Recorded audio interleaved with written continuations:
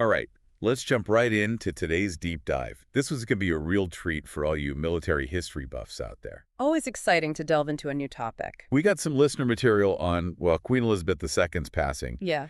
and you might be thinking, at first glance, what's so military about that? Right. Buckle up, because we're about to find out how a monarch's death can actually, crack open this whole world of European power struggles. Absolutely. And trust me, some of these power struggles get, well, pretty explosive. History's full of surprises, isn't it? Yeah. We tend to see events as, isolated incidents, but if you really dig deeper, you start to see these intricate connections, right? It all weaves together into this larger, often much more turbulent story. Yeah, and it all starts with a kingdom that's, well, actually even bigger than Russia. Oh. Yeah, the Commonwealth. Wow. We're talking about a massive 18.7 million square kilometers. That's a lot of ground to cover. Queen Elizabeth, she was the head of state for, get this, 16 of these countries.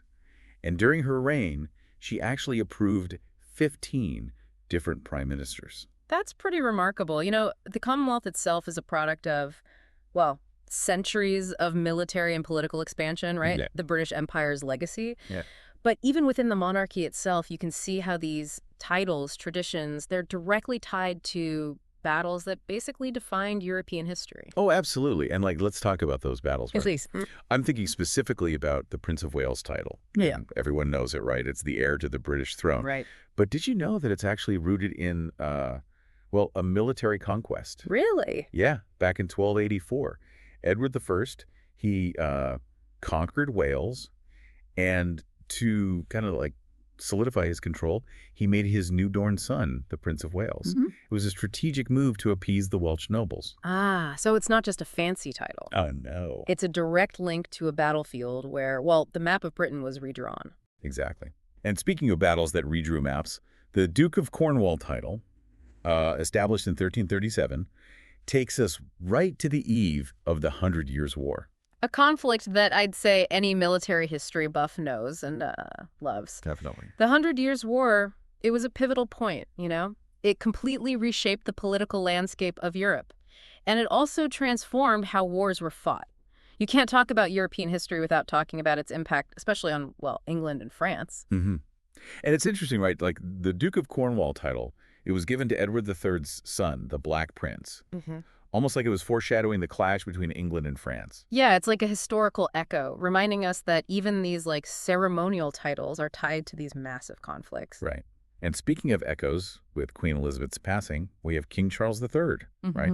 He was the longest-waiting crown prince in history. But he wasn't the first King Charles, was he? No, he wasn't. We can't forget King Charles I. Oh, no. His reign was, shall we say, a bit more dramatic. How so? Well, he was the only British monarch to be executed for treason. Oh, wow. A pivotal moment that actually led to the English Republic, if only for a short time. You know, it's a reminder that even the most established institutions can be, well, overturned by the events of history. Executed. That's quite a royal shakeup. It certainly was. But the monarchy did come back with Charles II, proving that sometimes those institutions, they have a way of bouncing back. Speaking of surprising comebacks, the House of Windsor, the current royal family, well, their past might surprise you. They're German. German. The House of Windsor, yeah, they're quintessentially British, right? But they're actually rooted in the German dynasty of Saxe-Coburg and Gotha. How did that happen? Queen Victoria, she married Prince Albert. He was from that German dynasty. Ah, so European power dynamics were often shaped by, well, family ties and marriages that crossed national borders. Exactly. So for a time, the British royal family was essentially German. Now think about that in the context of World War I. I see where you're going with this.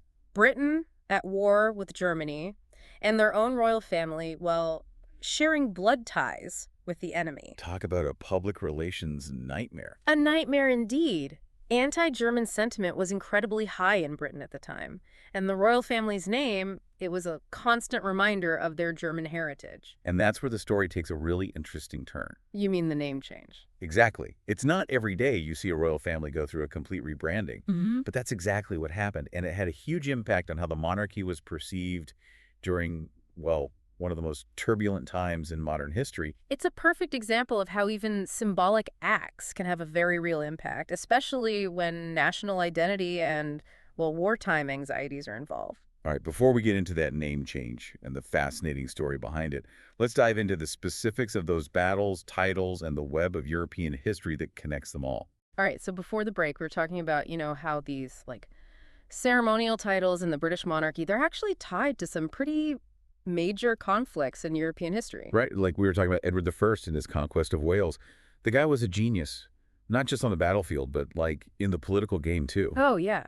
Edward I, a master strategist, his Welsh campaigns, they really showed off his military skills, but also, his grasp of the power of symbols. Right, like with those massive castles he built. Exactly. Those castles, they weren't just about military dominance. It was about creating this image of, like, unyielding authority. A constant reminder to the Welsh people about who was really in charge.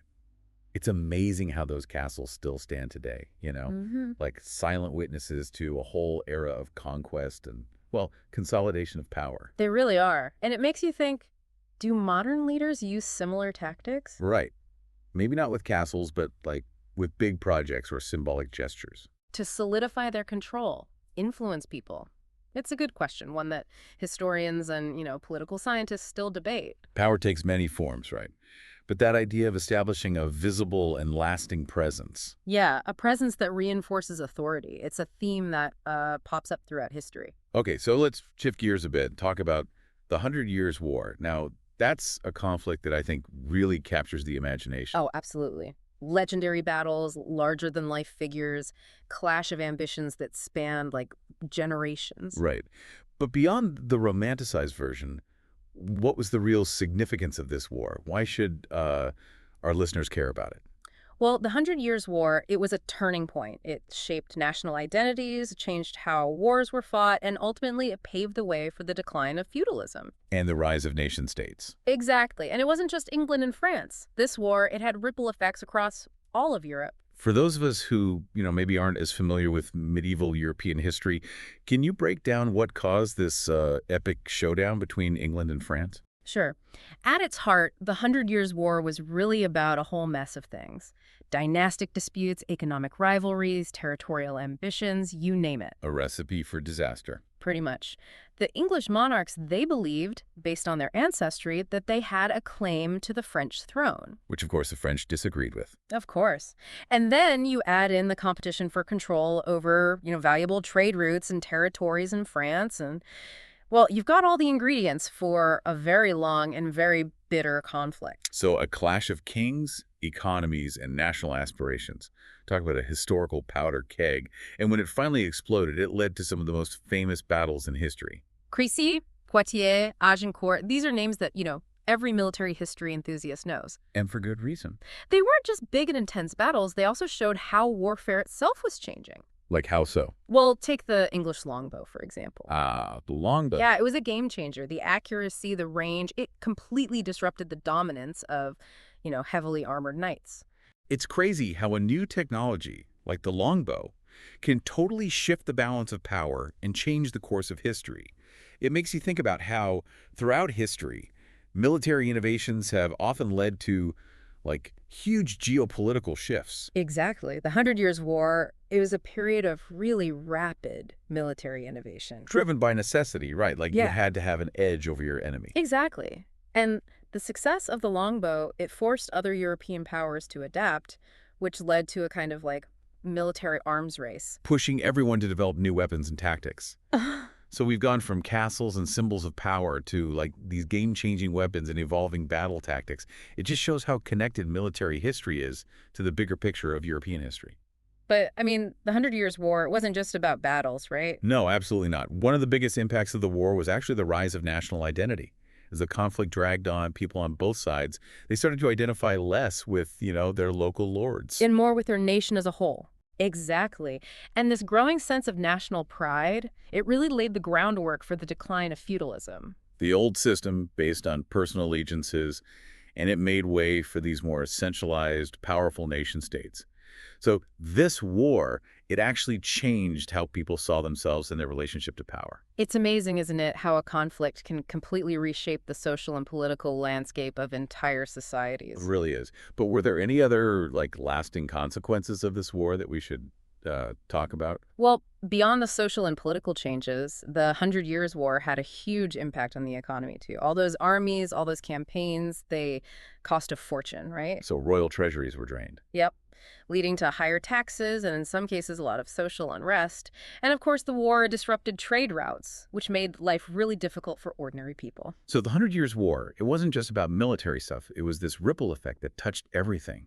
The economy, the identity of the people involved, really a transformative period in European history. You could say that again. It shows how conflict can reshape not just borders and, political systems, but also societies, economies, even how we see ourselves. And to think, we started with this, seemingly unimportant title, Duke of Cornwall. Created right before this whole crazy period in history. What a journey, from Edward I to the longbow to the rise of national identity. And we're not done yet. We still need to explore how the British royal family's German heritage shaped the 20th century. Remember that public relations nightmare we talked about? Oh, yeah.